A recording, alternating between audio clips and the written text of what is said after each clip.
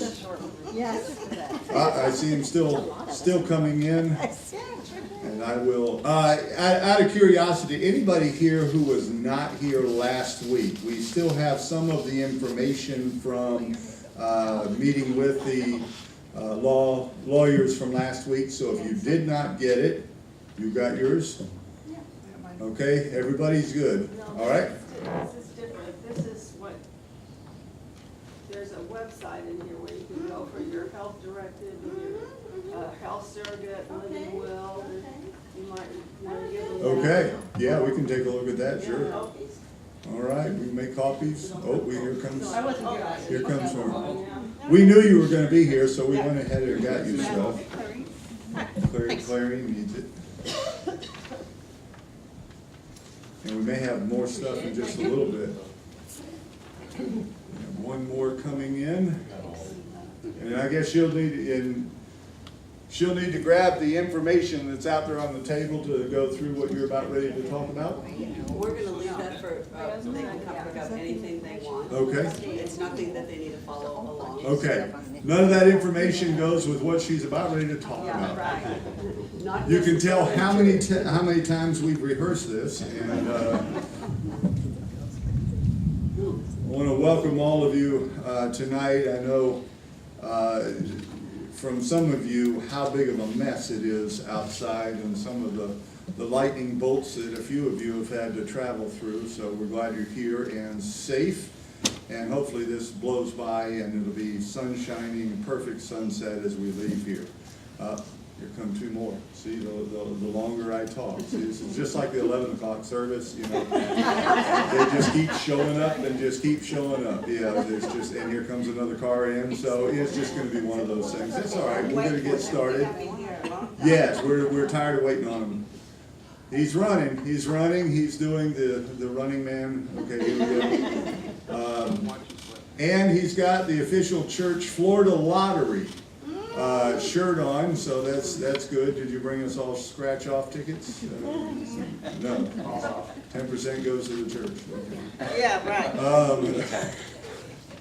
Okay. So as we talked about last week, this week we have the pleasure of having Anthony and Dottie from Loyless Funeral Home, our community funeral home. Most of us are very familiar, and one of the things I know, just based on my own experience, is how many of us, as we try to avoid the whole subject of death, that you can get into your 40s, 50s, and I've even heard 60s, and never have to have had any experience with a funeral.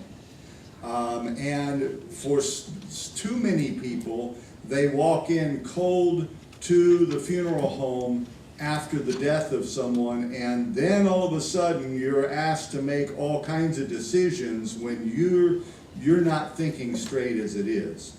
And so that's part of why I wanted to ask them to be a part of this, because they're going to be sharing some information, kind of walking you through some of the options that are going to be available, things that you need to know.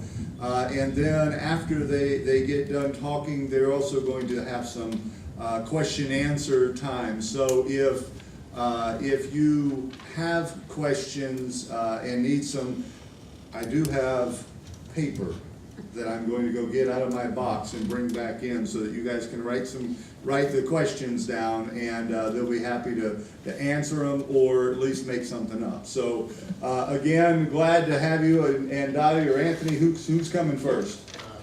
You don't have to tear off paper. I got a whole stack of it in there for them. Okay. All right. Okay. Anthony, let's welcome the Loyless Funeral Home. Thank you, Pastor Ricky, for inviting us inside of your chapel here. My name is Anthony Valajera. I'm one of the funeral directors over at Loyless Funeral Home. I've been licensed in the state of Florida for just over about 3 years now. I've been with the Loyless team throughout my whole career, so I'm honored and privileged to say that. We do have Miss Dottie Nessler. She is a part of the Loyless team as well. She handles all of our pre-need, and she'll be taking care of the pre-need section that we have. And when I do say pre-need, that's before the death occurs.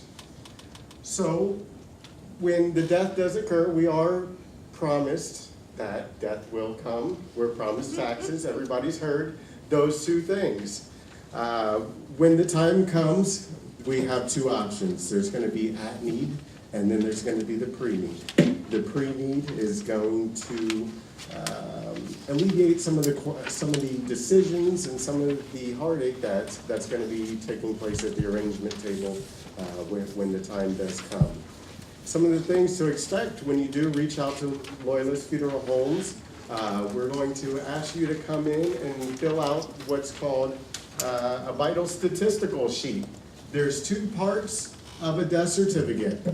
The information on the death certificate is the family portion, which the funeral home takes care of, and obtaining all the information and getting the family portion. I think the hardest question that we do ask folks is, what are your spouse's parents' names? So with that being said, the one that always stumps the gentleman up is, what is your wife's mother's maiden name? And they're like, you know what? I have got to phone a friend for that one. So in being prepared, and this is why we're doing this today, there's questions where you wouldn't really think that are going to be asked at the arrangement table. With that being said, we all have to come upon a decision in our lifetime, and it's a family decision over if it's going to be burial or quite simply cremation. We are a full-service funeral home over at Loyless Funeral Home, and does everyone know where we're located at? Right there on 41? So we are a full-service funeral home, and what a full-service funeral home means that we offer burials, cremations. We offer all the way up from the traditional cremations all the way down to what we call a direct cremation. Now, as far as other information go, I know Pastor McKee in a later service, he's going to be going over information on how we should prepare an obituary. An obituary is a short biography of your life, some of your accomplishments, some of your work history, what you did inside of the community, also who is predeceased by, and then also the survivors as well. At that time, what you'll need to be thinking about is, A, if we're going to have viewing services for your loved one, either burial or cremation. So let's move into the burial. Burial is most common here in Land O'Lakes. We do offer the cremation. However, I'm not sure on the stats, but society is moving more towards cremation. With that being said, all our services are traditional services. We'll have a viewing. We don't have to have open casket for a viewing. We can have a closed casket still for the viewing. Now, with that being said, I know a lot of the topic is some of the preparations that we need to go over. A lot of people don't know about the embalming process, and that's not a bad word or anything. I just want to let you guys know that it's a preference. It's not required by law. However, we do recommend it for the viewing process and to paint that last final image for your loved ones. People say that the funeral director is there to take care of the deceased. We do. We have a certain role that we do in that aspect. However, we are here to serve the survivors. And the survivors, unfortunately, we do not know the deceased, but we hear the stories. We see the people who are coming in to mourn. And it really gives us and paints us that picture of who their loved one is who we're memorializing.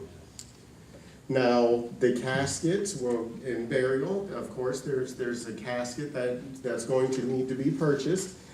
We have an array of caskets. You know, we have the most affordable caskets, made out of a simple wood with the cloth covered, all the way up to what I like to call the Volkswagen, and they're probably about $10,000, $12,000. That's also a decision that you would like to make with your family, because when we are stuck inside of making decisions at the time of need and we don't have any plans in place, people start to make irrational thoughts, and that's where the irrational thinking comes in that funeral homes are out there to get you at your most inevitable time. Also, when we are picking out some of the personalization options, we can personalize the service itself, we can personalize the casket itself, and also we can personalize the minister who's going to be there. So, Mr. McKee. So we have that option there at our funeral home. Then going on the opposite end of the spectrum, we do offer what's called cremation. Cremation is, we can do a traditional cremation where we would actually view your loved one. He or she would be there at the service.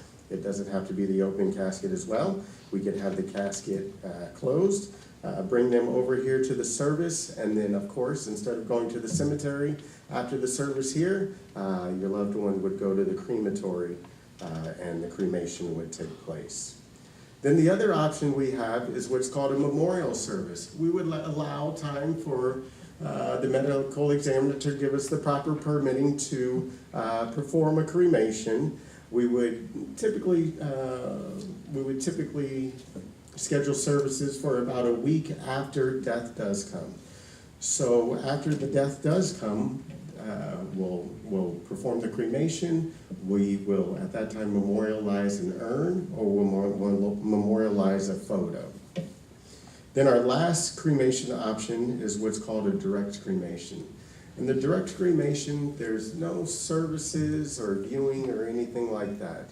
That's where I would say, if your loved one is in from out of town and there's really no family here, you're in a tight-knit small community and there's maybe 2 or 3 family members here, we still need to show your loved one dignity. So we'll perform the cremation as the final disposition, and then we would call you back in after the cremation, and then you would take your loved one's urn home with you. Do you guys have any questions thus far? Yes, please. Could you kindly walk us through the cremation process? Absolutely. As far as the process of obtaining the permit itself from the very beginning, okay. So once we do those initial arrangements, we're going to know after speaking with you that we are going to be doing cremation. At that time, we're going to go over that vital statistical information to file the death certificate.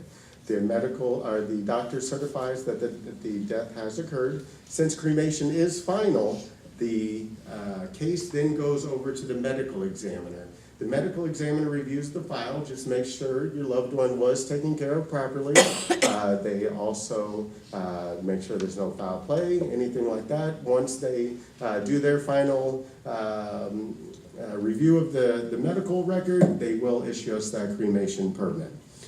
So once we do get issued the cremation permit, we either A, have to wait for if there's going to be services where we're going to have your loved one at the service. If your loved one is going to be at the service, obviously we're going to have to render services with them being at the service for them, and then the cremation would take place after. Then going back kind of to the memorial service, once we get issued that cremation permit, we would perform the cremation, we would bring the urn back to us, and then we would have the service with the urn. Now, kind of touching and not being too graphic on the cremation process, there's certain authorizations that we have to have, and we're mandated by the state to fulfill these requirements. We have to have what's called a cremation authorization filled out by the next of kin. The next of kin is the surviving spouse, a sister, and then so on, children, things like that. If we do have power of attorney, say for a neighbor or anything like that, unfortunately, the power of attorney does cease at death. So with that being said, if you're a power of attorney of a neighbor or something, but there's a surviving child in Alabama they haven't talked to in maybe 10 10 years, maybe they had a falling out. Legally, we have to post obituary notices. We have to make every honest effort to get a hold of the legal next of kin in the state of Florida to have them sign the cremation authorization.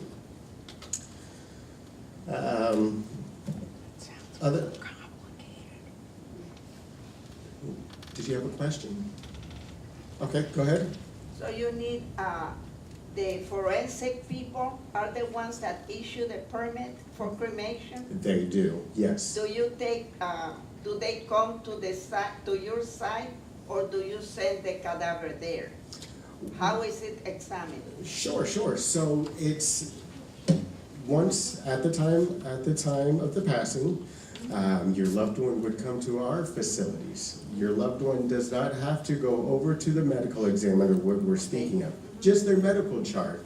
So everything's mostly done electronically nowadays. So they would request the documents that they need to see electronically.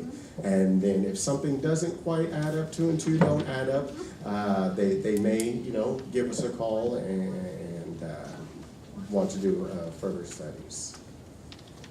Okay. Do you get embalmed before you get cremated? Is that a choice, or is that? That is a choice. For cremation, we do not have to be embalmed. Everybody that comes into our care is not embalmed. So if we're going to perform a cremation, we do not perform embalming. Now, we do have some specific families that they want the embalming to take place. So then, of course, we would respect their wishes and do the embalming. So But what's the turnaround if you don't get embalmed? Do you have to have if you're going to have a viewing, what is the turnaround? Because. okay, so things do start to happen, and I don't want to be Quickly. too graphic, but things do start to happen immediately upon death. So the embalming process does what it is temporary preservation. It restores, more lifelike, human-like, to paint that last final image inside of your head, so everybody can grieve and mourn and not have a bad image, last image. I would say the turnaround time kind of depends on things of medications at the time of death. It depends on bone structure, it depends on mass, things like that. It's not uncommon with modern day transportation for us to have viewing services 2 weeks out, 3 weeks out. Yes.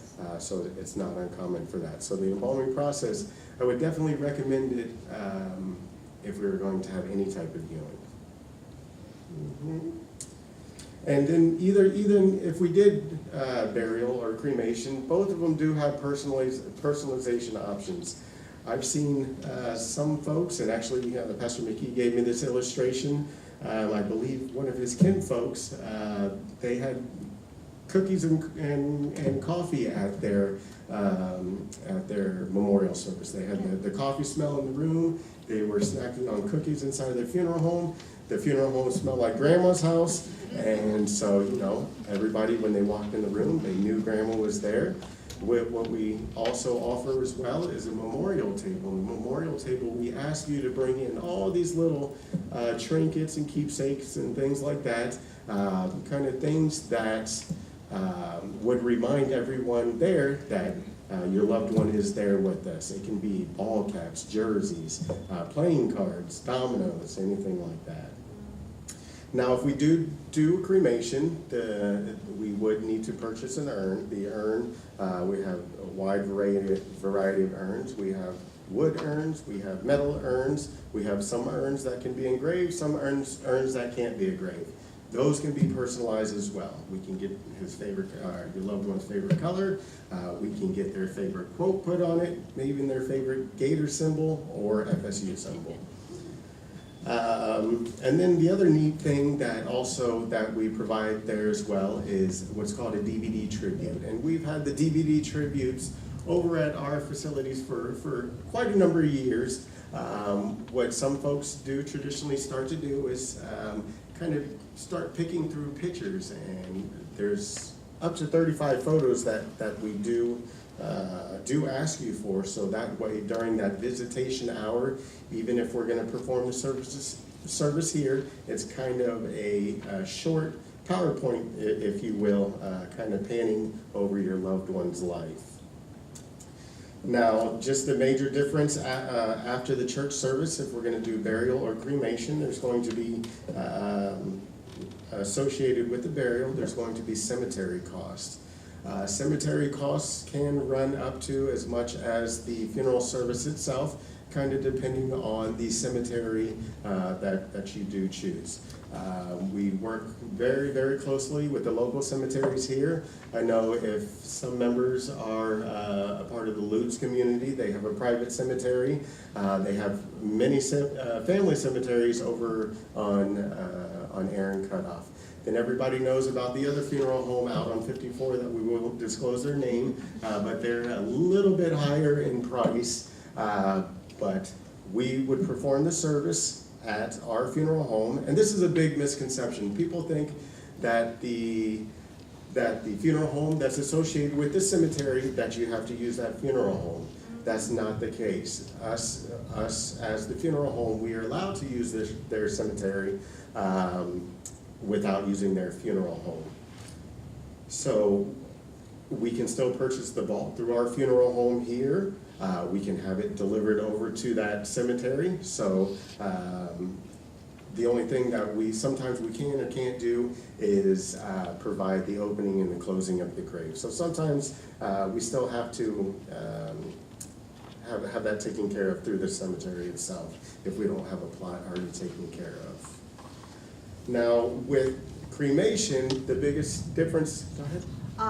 What about if you're going to be buried out of state? Okay, so if you're going to be buried out of state, when the time does come, you would contact Loyless Funeral Homes. We would then bring you into our care. We would make those necessary preparations to get you up north, if it's up north, out west, and then either a casket would be purchased on this side, or if you have maybe pre-arrangements with the funeral home in Maryland, Vermont, anything like that, we do have other means of transportation for the flight there. How is that? I'm not aware of. In lieu of a casket? Yes. Okay, absolutely. In lieu of a casket, it's called a combination unit, and the combination unit is a rigid material which would actually house the human remains, perfectly suitable for the airlines, and it's the minimum container that we would need to use for the transportation. Is it borrowed, loaned, or what, a purchase? Yep, it's purchased. It's a one-time use thing. Like a crate, For lack of better terms, it is a rigid container, yes ma'am. Okay, rigid container. Is it similar to a pine casket? It doesn't have the frills and things as traditional caskets. We have two sides of the casket that open. Traditionally, when the public does see that we only have the one side, it's not that traditional casket. But for lack of better terms, it's out of that rigid material, but it has a lid that goes on the top of it instead of the lids that come up and down. Did that answer it? I guess. Yeah, I wasn't aware. Sure. And people think when, the funeral home says, it's going to be $600 for us to go from Tampa to New York or something like that. Well, people are thinking, well, you know what? That's not even the flight for me to sit in the chair and then get up there. So the airlines are kind of looking at us as that stage, and they classify us as cargo at that point. So Yes. some of the nominal fees start to bounce around. So that isn't, like for the price of that, the airline, that would be when it happens. Correct, because the fuel and things are changing daily, and that's exactly what they go by. What's the laws, and I'm sure it probably varies by state, of getting rid of ashes? I mean, can a person take somebody's ashes and just throw them in a lake, or bury them in the backyard, or, you know, put them up in a tree, whatever the deceased wanted done with their ashes? Is there any rules or laws regulating disposal of ashes? Absolutely. So a lot of folks that come to us, they do what we call scattering of cremains. And scattering of cremains is where you would take the ashes and then take them out to maybe a body of water, being lake, the Courtney Campbell Causeway, or your favorite place in Cape Cod. Here in the state of Florida, we as funeral directors and funeral professionals, we have to go so many miles out to dispose of cremated remains and be scattered throughout bodies of water. Now, families who do that without the funeral homes, us being involved or anything like that, you guys don't have to adhere to the same laws as we do. So it's pretty much free will, whatever. Are you violating Yes. the law when you get the ashes and spread them anywhere No, ma'am. on your own? No, ma'am. Now, some certain parks and I things was like gonna say, that. national parks are not, Did- Correct. So some parks and things like that, they do have certain restrictions, like I know people are taking a lot of cremated remains to Disney World and things like that. No, no. You could just throw the ashes in the front yard if the law wouldn't get down on you. Being that specific inside of the front yard, I'm gonna have to get back with Pastor Nikki on Yes, that. yes. Or a favorite tree. A friend of mine did it. Favorite tree she planted, she wanted her ashes spread it. Gotcha, yeah, and one of the personalization things that we can do with actually cremated remains is we are involved inside of a company that actually will put some cremated remains inside of some seeds and things I like was gonna that. ask if you offer the biodegradable urns and Uh-huh, stuff that. Yes, we do. We offer biodegradable urns where you can put them inside of that body of water in maybe 15 minutes or so. You can see your loved one be scattered and let go But inside also you of do that. the seeds that will grow into trees as well? the And we do that as well, yes, ma'am. That's interesting. And I have another question, I'm sorry, I'm monopolizing. You're okay. I'm interested. How do you cremate the person? Does she have, he or she, the cadaver, must be in a container to be burned, or do you have a special metal Sure. place where you put the cadaver and it doesn't deteriorate? Absolutely, absolutely. So on the cremation authorization that we would have you sign when the death does take place, it has a certain disclaimer of that. We have to be housed by Florida statute inside of a rigid container for not only to satisfy the law, however, but it's the decency of the loved one when they're in their care with us. Doesn't have to be a coffin. It Correct. is a metal container that you put in there and take out like a, It's not metal, it is combustible. great.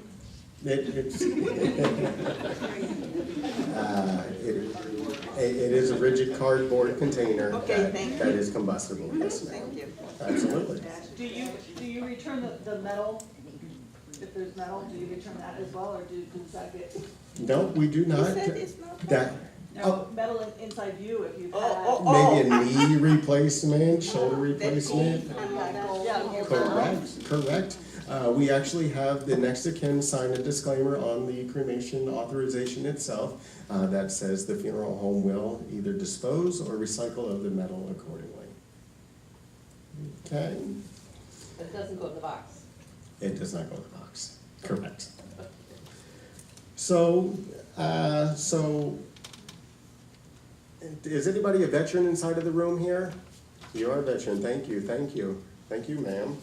So a lot of folks don't know about the National Cemetery that is allotted to them. Some people say, we get that for free. And it's not that you get that for free, I think you guys have earned that. So the United States recognizes that you guys have earned that for us. So you do have the plot up there that is taken care of by the government itself. all that would require you to have is what's called the DD 214. And the DD 214 to our veterans is a very important discharge document. Now, let's say at the time of death, the two spouses are surviving and the veteran themselves did not pass. It's going to be the spouse who passed. So the government recognizes that that's your loved one, that's your spouse, and they are going to actually provide a space for them as well, free of charge, because you guys have earned it at the National Cemetery when the time does come. Now, obviously, when you are the veteran, we will set up with the National Cemetery for us to have military honors there. Military honors, if you've done under the retirement, so say if you retire from the military after 20 years, that's what we call a retiree. If you're a veteran that hasn't done 20 years, you're entitled to military honors as well, but it's called rendering of the flag and playing of the taps. And playing of the taps, if you don't know what that is, it's actually the bugler playing a song called the taps. If you are a retiree, you're entitled the gun salute as well as the taps and as well as the rendering of the flag to the next of kin. So some people, we also have the option as well. Some people, you know, Dad did maybe 4 years inside of the military, and you know, I would like to have a gun salute there for him. So what we would do is we would call a local local VFW in the area of the Florida National Cemetery up in Bushnell, Florida.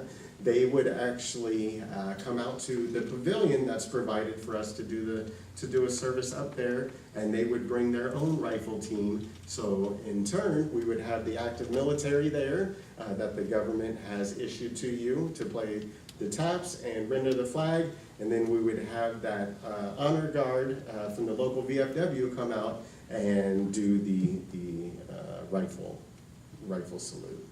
Do they do that for cremations too? In some, or does Bushnell or the National Cemeteries allow? Absolutely. Cremated remains are allowed at the National Cemetery. They can be casketed remains.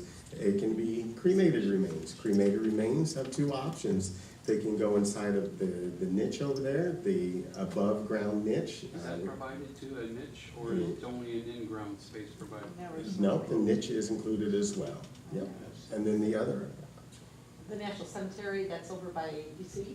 The National Cemetery, there's national cemeteries spread out throughout America. They're probably the one that most people associate with the National Cemetery is Arlington. Arlington has different and stricter guidelines for our veterans to be accepted into that cemetery. However, we do have other national cemeteries around America. So here in this area here, we have Bushnell, which is exit 309 north of 75, maybe about 45 minutes from here. And then they just opened a new national cemetery. The next closest to us is in Sarasota. That one is probably an hour or so, hour and 20 minutes from here. But those are both of your options in the immediate area here. So that's the burial or of the remains, et cetera. Correct. But what about the actual cremation or the embalming process? Is that covered by a veteran? That's all the responsibility of the family? That is the responsibility of the family. There is VA benefits that you can apply for. I believe the turnaround for VA benefits. After death occurs, you can apply for it. Depends, like if the person dies in a veterans hospital, you can get some reimbursement for that or different things, but the surviving or next of kin has to apply to the veteran to get those benefits. And it's completely different depending on what the veteran has. And length of service, Yeah. and pay grade, Yeah. and rank and things like that. I always, well, the way I say it to my family is really simple. So the families are responsible for the funeral side, but because you serve, the veterans responsible once you go through the gates of the cemetery, what is required there. And that would be the space, it would be the vault where you would put the casket or the urn in the ground, the opening and closing of the grave, and then also the marker. So those 4 items for the veteran and the spouse is at no cost. And I'm like Anthony, I hate to say we're free because you earned it and deserve it. National statistic, if you were to go into a cemetery and buy those 4 things, it is a national, it's $5,500. So for 2 people, it would be $11,000 to do that, and it's a wonderful benefit.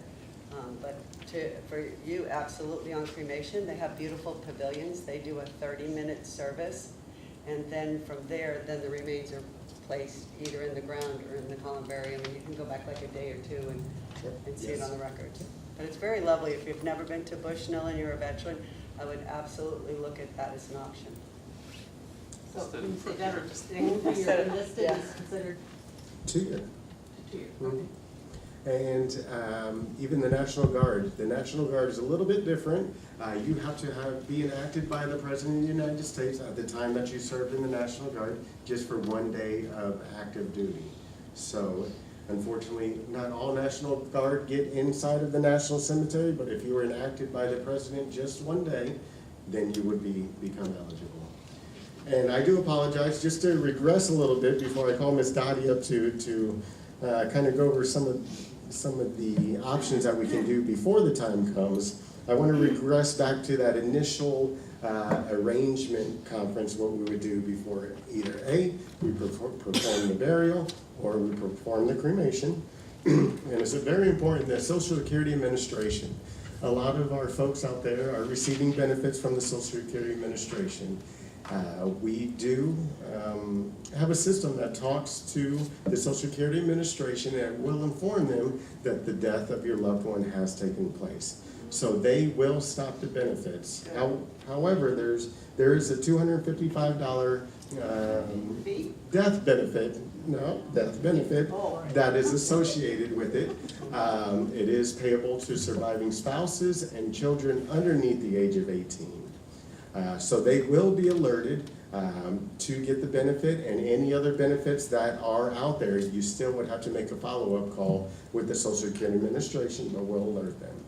Yeah, but if you are, in my mother's case, I'm talking about my mother's case, she had no Social Security. She was getting a stipend for taking care of my father through the Social Security system. And when she died, Social Security did not send us any money.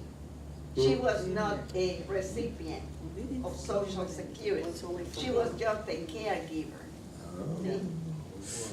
That's something people don't know. And they're pretty specific on how they pay benefits out and things like that. Yes. So I would say yes, once we notify Social Security, they're where the death is taking place, your check's coming in the mail. But there's so many stipulations, Yes. documents that you have to provide for them. That's why we ask you to do that follow-up call, just so you're getting everything that you're entitled to. So do you know if you're single, but you have children, upon death, do they get the $255 or? It's payable to children underneath the age of 18. So if you don't have any children under 18 and you're not married, then you don't get that 255? Or you're, There's some special instances if they're disabled and things like that. There's some special instances. They're very specific, so I don't want to speak on their behalf. I can just let you know, as the funeral home, we're going to provide them with the information, so you don't have to make them aware that their death is taken. So the estate wouldn't get the $255, it would go to the spouse. Yes, but okay, so, husband and wife, the statistics are 80% chance the husband is gonna die before the wife. And I always tease my families, I say, because us girls kill you guys. So it's only gonna be paid once, so once he passes, then she would get $255. When she passes, there's no other benefit unless that she had a child under the age of 18, or in a very rare circumstance. And I guess that $255 started way back, World War I, when that was to cover when the soldiers were coming home to take care of a funeral for them. I think maybe my veteran knows, but I think that's what that whole thing was designed for.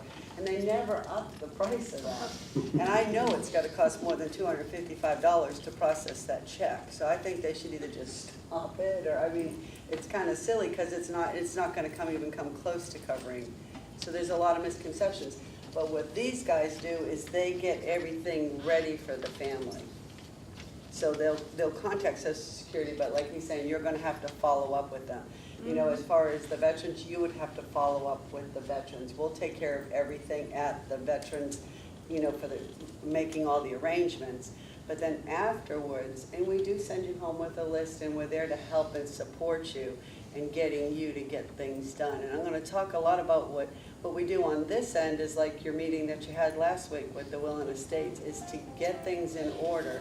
So come that worst day of your life, that you're not sitting there so unprepared, where it could turn in from, you know, a 45-minute meeting where he's gonna open up a file and go through and check off everything, set dates, and just make sure that's what you want, to, at the very beginning, having the conversation and asking all these questions, and not even knowing if you want cremation, and oh, do you want burial, and then we're gonna send you to a cemetery, and you're gonna have to deal with cemetery, and we're gonna send you home, and you're gonna have to bring this stuff to us.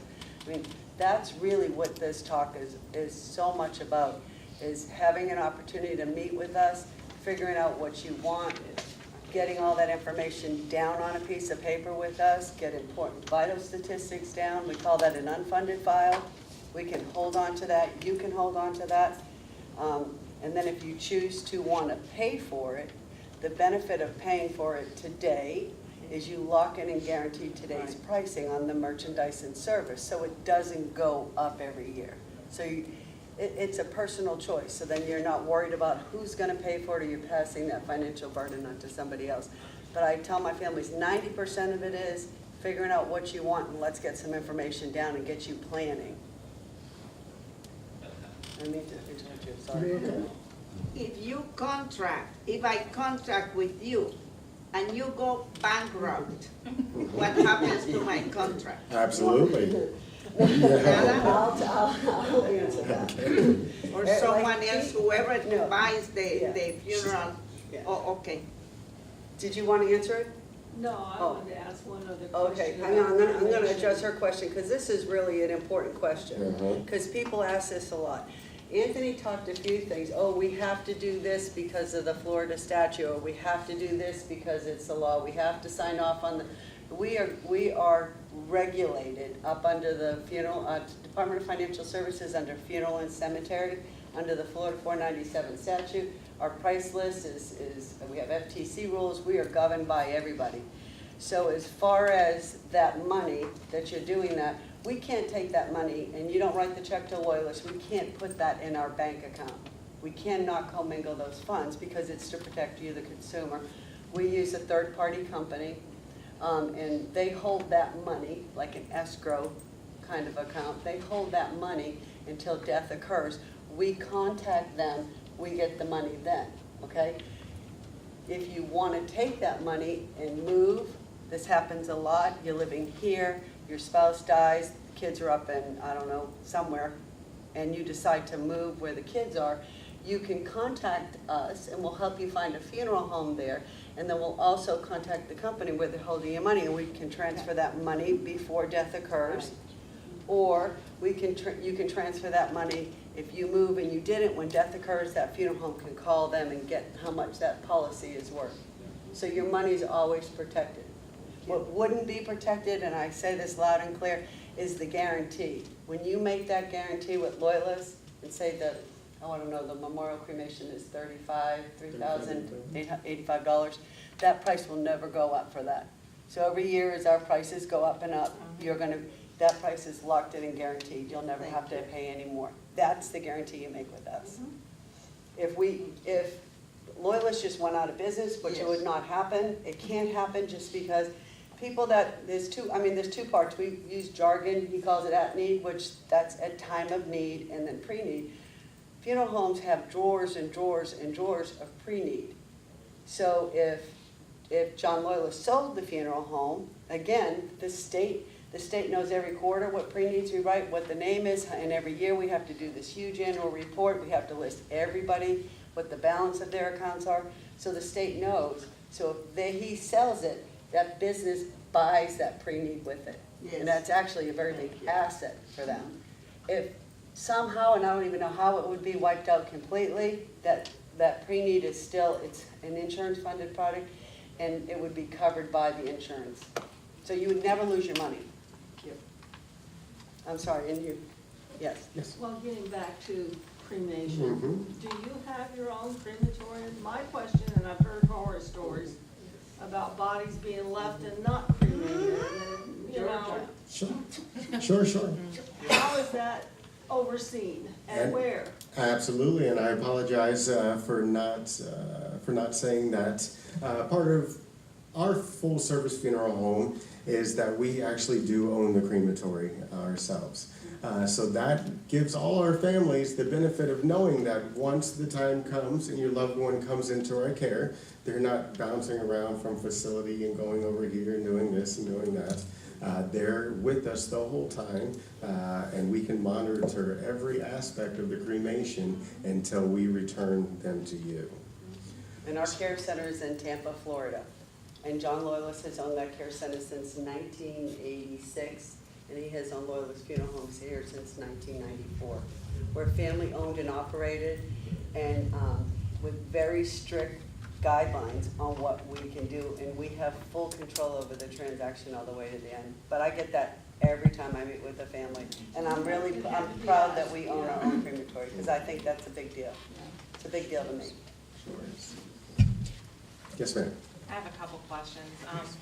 The first one is, if somebody donates their body to science, do you get involved in that at all? Absolutely, we do. We have two colleges that we work very close with, University of Gainesville and then the University of Central Florida. So at that time, when the time does come, they have certain requirements that we have to meet for the anatomical board. So we would prepare your loved one in coordinates with their guidelines, and then we would make the transportation over to the college of your choosing. Is there any kind of special expenses that the loved ones would incur if you did that? Mhm. That's pre-planning. You can lock in guarantee, I think it's what, $1,800? $1,800. Because the body has to get to University of Gainesville, and has to get to them in a certain way, so it would start from that first call when we take you into our care. My next question was, if you have a burial plot that's up north, is there a way to transfer that burial plot down? No? I'll talk on it. You want me to talk on the cemetery? Sure, so this I have a little bit of background in cemetery. I get this question all the time.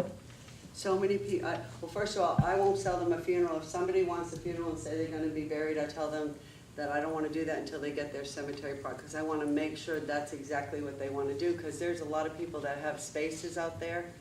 And if you have a space, it's almost impossible to sell that space. It's real property and it's deeded.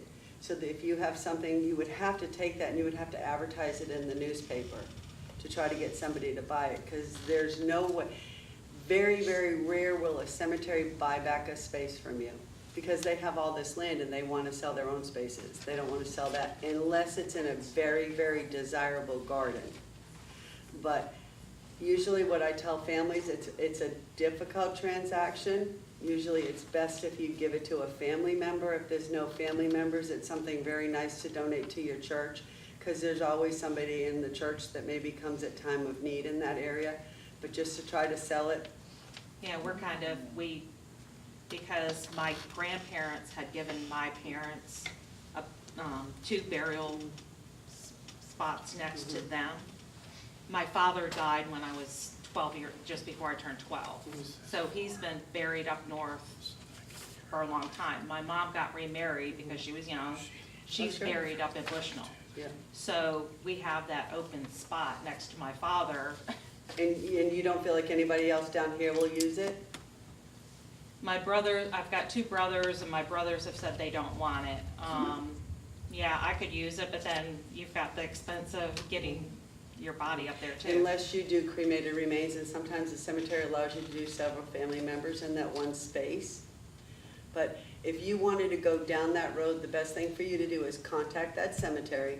You need to pull out your old paperwork, see what you paid for it, ask them if they have any spaces left in that garden that space is in, get an idea of what the going price is for that garden. We get people at the funeral home, they'll say, oh, we have, if you know anybody, I have 2 spaces at Myrtle Hill. And like something like that, sometimes that's real valuable because there might not be a lot of spaces in that garden, you know, with the big trees or whatever. But once you get to that point, you can go ahead and you can possibly Google a cemetery broker. Because sometimes there's people kind of like me that write pre-need that are running around up there and they'll do the brokering of that property and they'll take maybe half and give you half. Or again, I usually go back and say sometimes the easiest thing to do, find out how much it's worth, donate it to your local church there and use it as a tax deduction. Because it's not just that easy. Then you got to get out in the cemetery, show them where the space, get the cemetery to mark the grave. I mean, back then they probably didn't pay that much for it. And they did that, and they still, that's what cemetery people do. When somebody dies and you're gonna be buried, they're gonna try to sell you the space next to it. But guess what? They're gonna try to sell you a whole bunch. And years ago, before cremation, people bought a lot of cemetery plots. You know, there's a lot of people that have them, so. Absolutely. You had a question back there? Well, I need you to stand in front of the mic if you would, and Okay. not because we can't hear you, but because we're recording it. And so if you have a question, audience, I need to bring you the microphone so that we're Okay. recording that also. Sure. But I do have a couple of questions. You mentioned, I better turn the mic on. You mentioned earlier that we could have a visitation or a viewing and then be cremated after that. So do you rent a casket for the time? How is that done? Just out of curiosity. That is a fabulous question. As people know, that caskets are a big part of the expense over at the funeral home. So in essence, you're thinking, you know, the final disposition, and the disposition is meaning if we're doing burial, cremation, what are we gonna do with your loved one when the time comes? So if we are going to have the disposition of cremation, we do provide what are called rental caskets. And the rental caskets are used from family to family. However, they do have interiors that are kind of inserted inside of the outer shell of the rental casket. And then that would serve, when your loved one got back to the funeral home, that would serve as a rigid container, which is mandated by the state, that we would have to be with us while we're on there. Okay, and then let me follow that up with, if I'm an organ donor and I donate my organs, would that keep me from having, like if my eyes got donated, for example, would that make it a closed casket at that point in time, or how does that work? Sure. So that's the beauty of modern day embalming. We do have corrective measures that we take. So I would suggest if you are a organ donor, stay an organ donor. That's a decision that you've made, and it's a very important decision for some of the folks that are out there that will need some of your organs when the time does come. Now, as far as having open casket, not open casket, with modern day embalming, we can fulfill the needs of still having an open casket. Okay, thanks. You're welcome. I'm gonna shift over, because I'm looking at the clock at 7:30. How late do we have? 9:30. 9:30. No.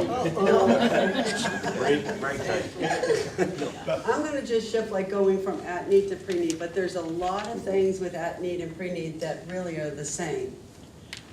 And my job is to meet with families prior to the initial death occurring. And my goal is to make one of the worst days of your life a little bit more bearable. By show of hands, has anybody in here prearranged their funeral? Has anybody here, Pastor, did you raise your hand? I did not. Oh, has anybody here, had to be the informant or in charge of doing a funeral for somebody else, for a parent. Okay, so not really all that many, that's what Pastor was saying earlier. Now, the ones that have raised their hand and have been involved in the arrangements of a funeral, anybody here, did that loved one have a pre-arrangement? They did. So we have 1, 2. Did you feel like it was a good experience or a bad experience having all that information down? Or I should ask you this, I should ask you, what's the lady in the yellow?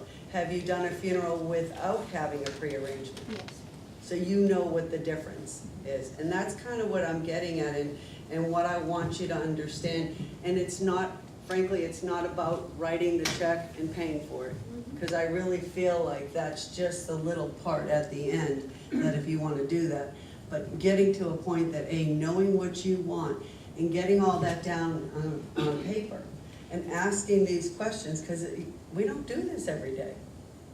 And so when you're under all that stress and emotional duress and you've just lost a loved one, and especially if you lose a loved one unexpectedly, I think it's 60% of people, 60% of deaths are unexpected versus 40% that we know. So it happens,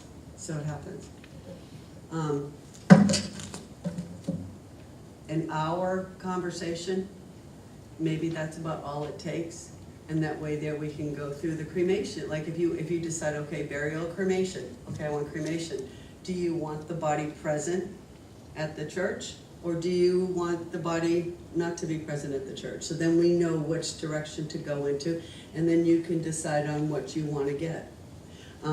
Within our packages, they're all inclusive. So there would be the urn, the alternative container, the prayer cards, the guest book, the video tribute, and then we start building all that stuff together. I'll give you an envelope and say, okay, I want you to get 35 pictures.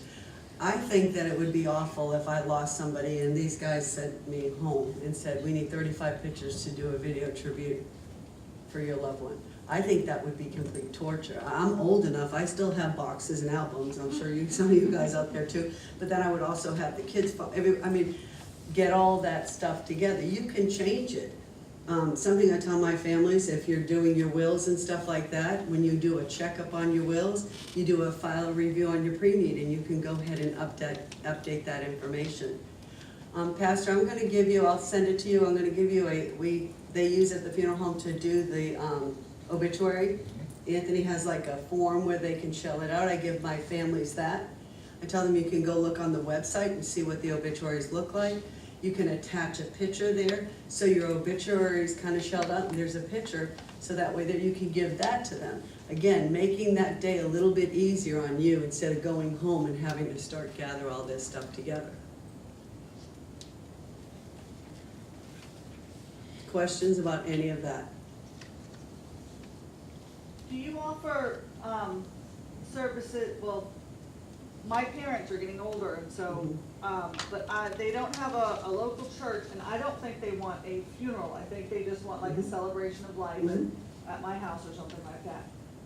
But if I send them to you, do you have like a thing that, where they can fill out, they want to be cremated and how much it would cost and they can pay for it?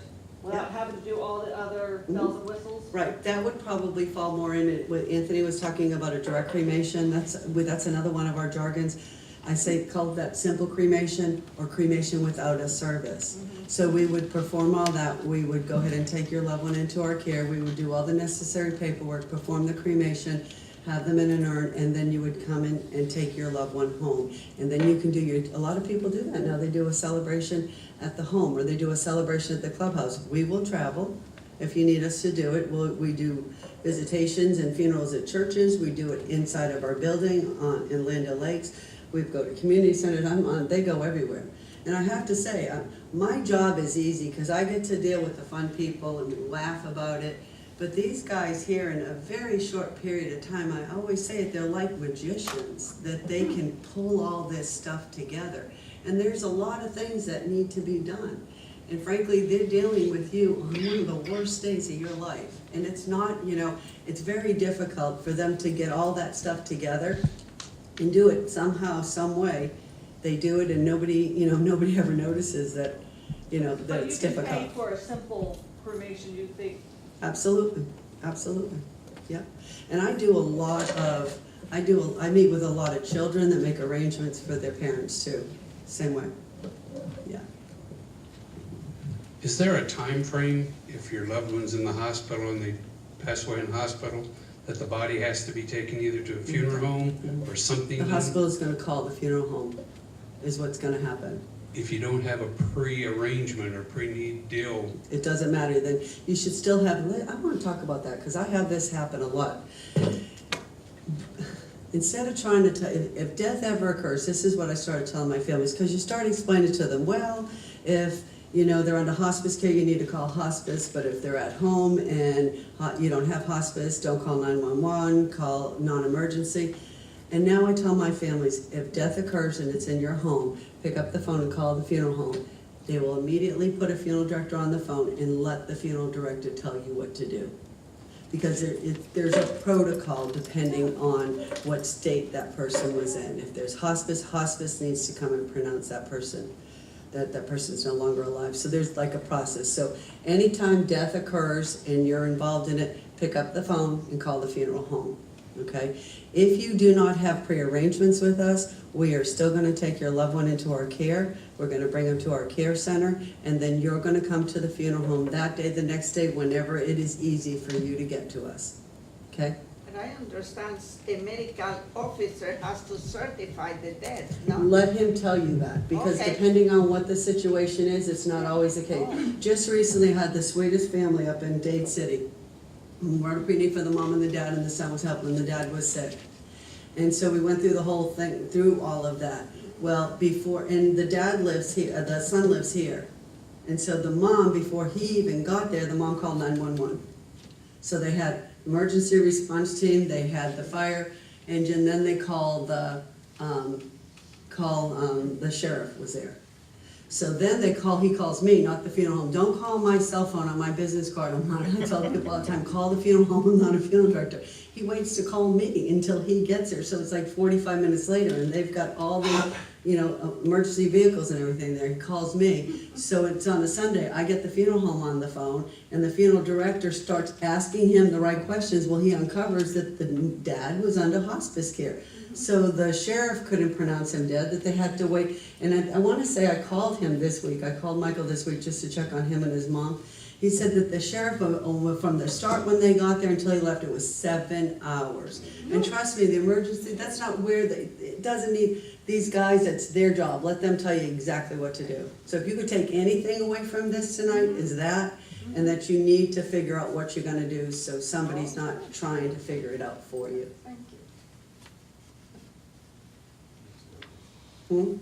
I know.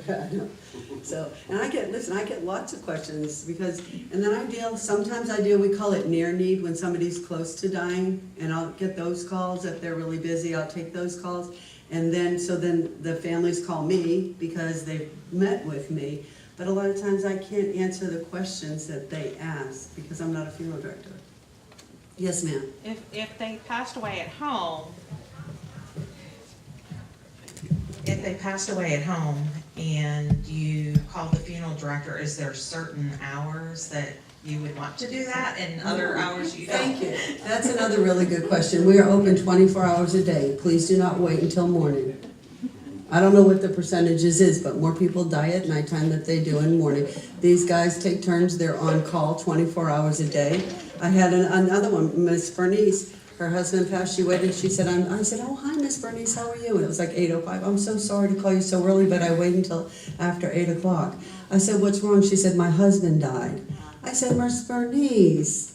So I'm trying to do a lot better because I think people will know that, but thank you for saying that. But no, you can call the funeral home 24/7. Loyless is open 7 days a week. A lot of people really don't know that either. Our Sunday looks just like our Tuesday. It's really no different. Sometimes our Sundays and Saturdays are busier than our Tuesday and Wednesday, but we're open from 8 o'clock in the morning to 6 o'clock at night. And then if you call the funeral home, you'll go after hours, it goes to the answering service, and very quickly, whoever's on call will be called and they'll contact you right back.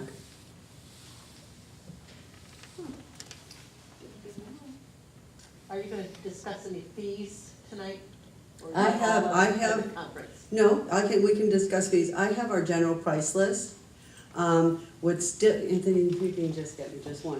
What's difficult about the general price list, again, it's not something that you look at all the time and it might not make sense. So I get a lot of calls on the phone and they want me to quote prices, and I'll be glad to quote prices on the phone or to you. But again, sitting down for a few minutes and explaining the different levels of cremation and what it all means. But I can give you a ballpark of what you wanna do, and everybody can go home with a general price list. Don't ask me. You know better. Is your consultation free? Absolutely. Yes, there's no charge, and I'm not gonna try to sell you anything, because there are people that do this, and I don't know, has anybody ever gone to any of the competitors do luncheons? Do luncheons where you go get a plate and then they get your phone number and they call you 8 million times? I'm not going to do that.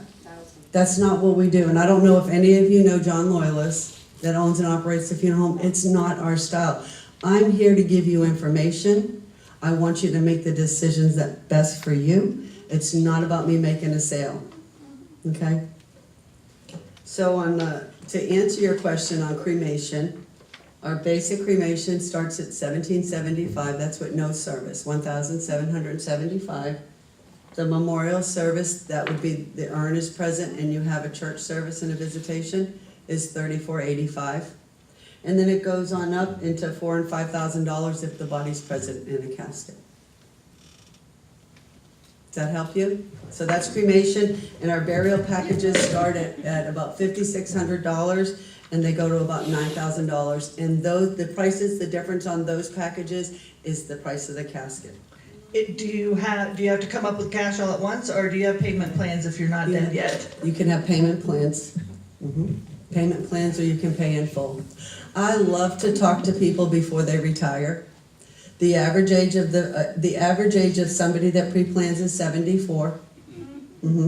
74 is the average age.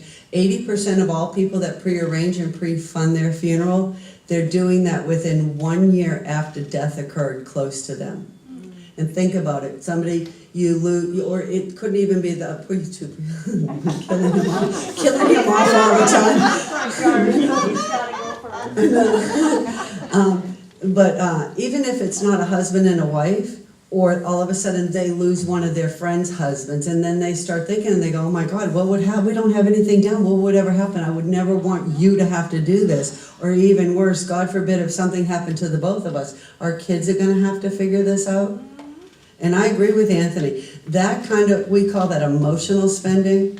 And we see it all the time. They're sitting around the arrangement table and they start arguing. They go like, Mom can't go in that $1,450 casket, you crazy? And they start buying, and then 6 months go down and somebody says something, oh, that was a beautiful funeral, and how much did that cost? Well, $10,000, I mean, it's crazy, because people you need to make those decisions for yourself, because trust me, most kids, I hope my kids would, but most kids, that's what they're gonna do. They're gonna be like, we can't put Mom in that casket. We wanna put, because they wanna do something. It's really our responsibility to figure out what we want. Yes, ma'am. I knew someone whose husband was a funeral director, and they lived in this was up north, and they serviced a very, a poor neighborhood. And they had scratch and dent caskets, and I'm just curious if you ever. I know of casket companies out there that will come and sell like a scratch and dent to the funeral home and stuff like that. I mean, there's definitely people that do that. I don't think we get scratch and dents. We don't, we work with a company called Batesville, is the casket company we use. There are people like anything that come around it'd be more like a bigger van. It wouldn't be a van with caskets, but like maybe from China or whatever. We got some deals on caskets, and there's a friend of mine in Orlando that owns a funeral home.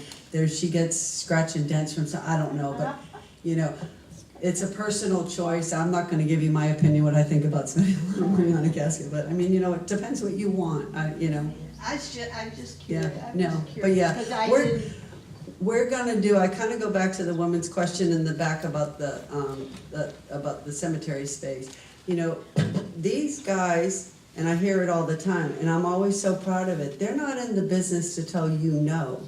we're gonna do whatever we can possibly do for you that is legal. They're gonna do everything that they humanly can and help you and be able to help you figure out how you're gonna pay for it. There's not a funeral home that's gonna put you on their accounts receivable anymore. I mean, you just, those, you know, the little funeral homes in small towns and stuff like that that did that, you have to pay for your services before we render. Yes, ma'am. I have one of these nifty little postcards that, you know, you get all these things in the mail when you get a certain age. So this one is saying that there's some kind of state-regulated program to pay for your final expenses, and that you could get a benefit that would pay up to 100% of all funeral expenses up to $35,000, and it's tax-free. Are Is you a this, veteran? what was that? Are you a veteran? No. Oh, let me see that. That's not out there. That's you'll never see anything like this from us.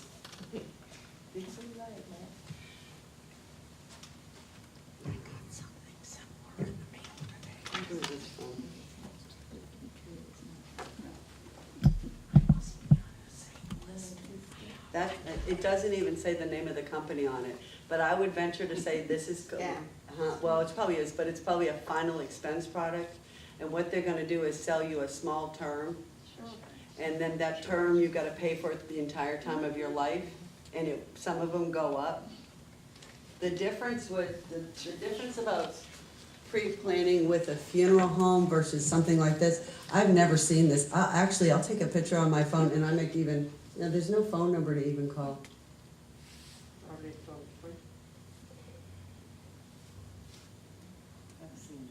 Not affiliated with or endorsed by any government agency. Right.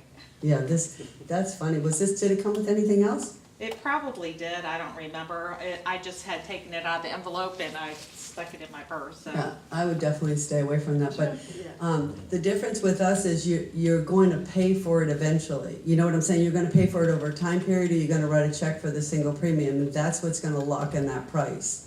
So sometimes on that final expense, like you see those final expense things on TV, it's really hard because if you buy that when you're 70 years old, you could live another 30 years. You don't know when you're gonna die, and it's a small term policy. So, you know, it may only be for $5,000, and if you live another 20 years, who knows what the funeral, because funerals do double every 10 years in cost.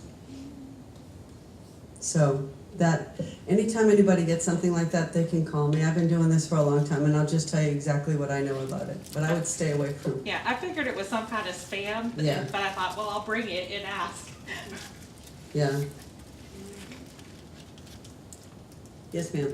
When you say. No. Mom, you know better. When you say a small term policy, what, and I'm asking because my dad had what I think was some kind of an insurance policy, maybe it was 10,000. And when we did the funeral arrangements, it came back that we didn't spend enough because they were gonna take the whole policy amount.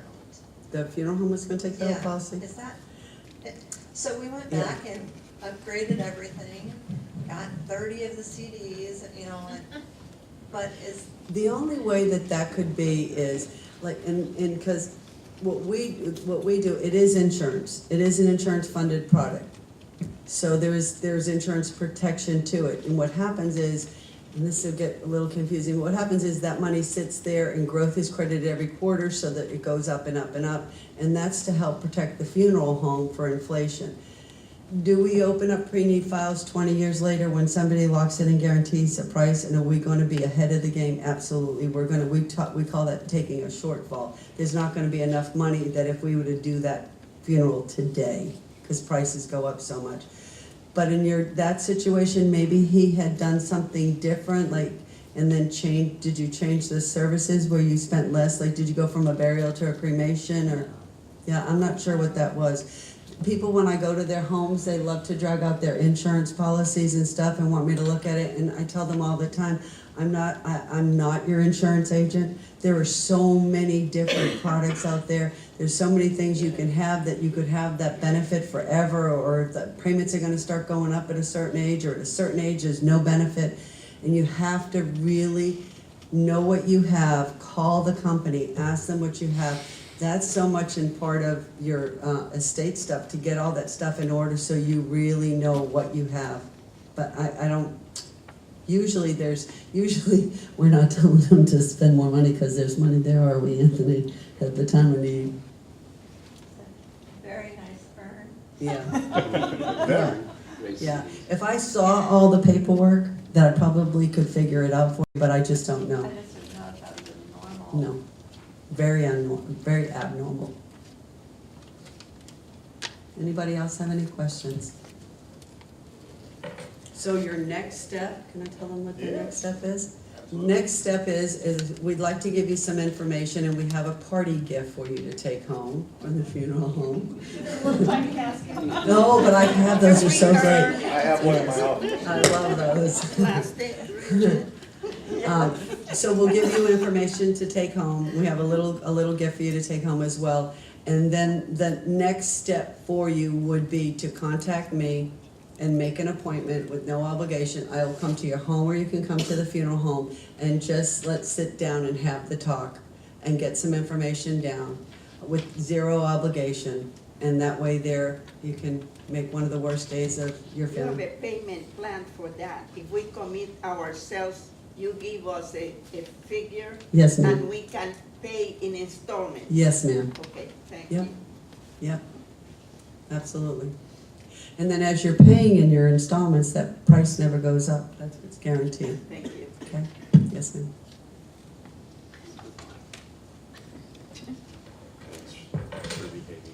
If you buy a plan with you and you die out of state, how does your body get sent back down here? I forgot to talk about this. We call that out-of-area plan. Yeah. And it's really, really a nice plan. It's a standalone plan. It's two different things. But what it does is it protects you when you're away from home. So the easiest way to explain it, if you are 100 miles away from your permanent resident, so if we're 100 miles away from here, on the East Coast, on the West Coast, Colorado, actually anywhere in the world except a hostile country, which you wouldn't be there anyways. If you were on a cruise in Cuba and you died there, you're gonna need to get back here. And that plan costs $425. It's a one-time charge, and it will pay to bring your body back to your funeral home that you need to be. So if you're moving around and you're traveling, I carry it, because getting a body out of a country can be up to $10,000, and if you were out in the Orient, anywhere from Massachusetts, like the Northeast, to us is $1,500 to $2,500. The woman that asked about shipping the body and all that, so what would happen there is you would have to find a local funeral home. They would need to prepare the body, do all of that. They're gonna charge you, put you in the air tray of the casket, pay for the flight, and then bring you back to us. So it's a wonderful added benefit that kind of rounds out the whole pre-need process. But when you buy travel insurance, that is included. It depends on your travel Travel insurance, insurance, but usually the travel insurance does not protect you if you die. It usually protects you if you're sick or you cancel your travel. So you need to read that really carefully. Yeah, and this does not protect you if you're sick. It's not that, or you're canceling a thing. But It's that has to be strictly, part of the pre-plan. you could have that, you could say, you know what, I'm not ready to prearrange, or I want you to hold on to all my information, but I'm gonna get the travel protection. Okay. You could do that, or you could do the pre-arranging with us without having that. It makes no sense if you're not traveling outside this area, then it makes no sense to do something like that, but if you're traveling around, it absolutely makes sense. But there is also reciprocity. There are plans, Dignity, Infinity. They have all kinds of names that you purchase. I don't know how it works, but I know my sister has one. Wherever she is in the world, if she dies, they will send her. They, on that Remains. Dignity is an SCI company, and they're a very large corporation, and they sell that travel protection like crazy. It's the Yes. exact same thing I'm talking Yes. about. They sell that to their people, so that way there, it protects them to come back. It can be very costly. And Anthony will tell you this, that is a big expense to bring a body back, but the mechanics, you're in a hotel room in Paris or something and your loved one dies, it's a one call and that company goes to work immediately to get the local people, to get the death certificate, get you out of that and do all that. It's a lot of work. It's a lot of work. So if you travel, then we can definitely talk about that. Yes, ma'am? Do you have a booklet that inform you and the cost of each procedures? On our general price list on the funeral, yes, it will tell you that. And then I can help you with, if you're looking for cemetery property, I can guide you on where to go for cemetery property, and they're required to give you a price list too. Where would I get that? I'm gonna give you a price list tonight before you go home, okay? Because everything costs so much these days. You don't want to die. No,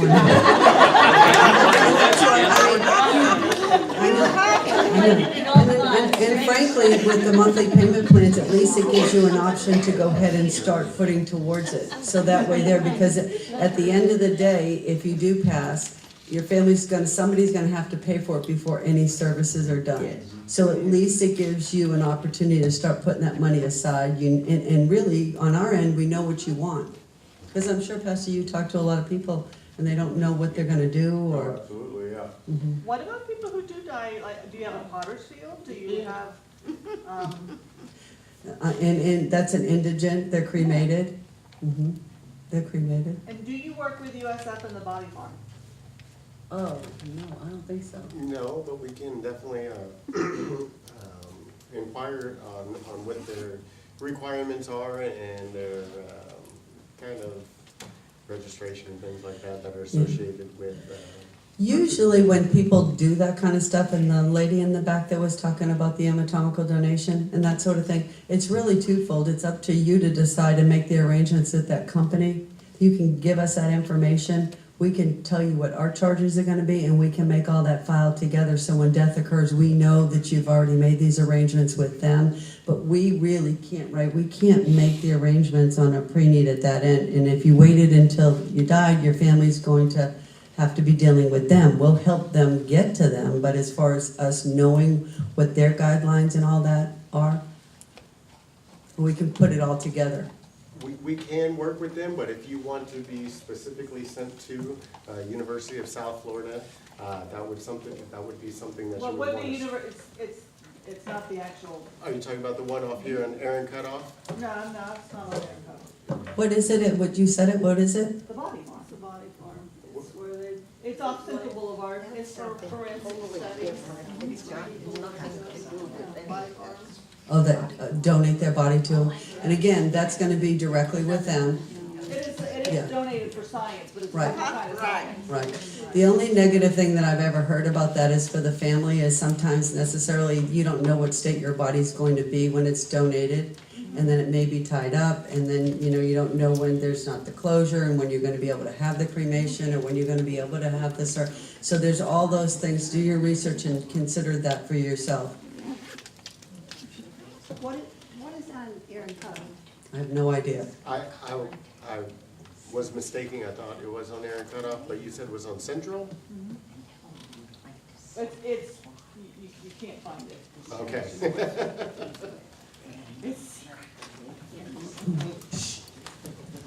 This is one of those subjects that all of us, it's real easy to spend a lot of time. And I know that, again, they are available for you to stop by and talk. It's weird to even think about stopping by and talking to the funeral directors, but they are certainly available. And, it's nice for them to have time to spend with community folks where there's not an emergency and we're not upset either. So it's nice for them to do that. One of the things that, and Anthony, I'll let you answer this, even though I know the answer. Once a body has been embalmed and ready to go, how quickly do you have to put them? How quickly do they have to be buried? There's really no time frame. We actually answered that. There's Oh, you did? time frame within a few weeks. We have modern-day transportation that will, we can wait on some folks to arrive from out of town.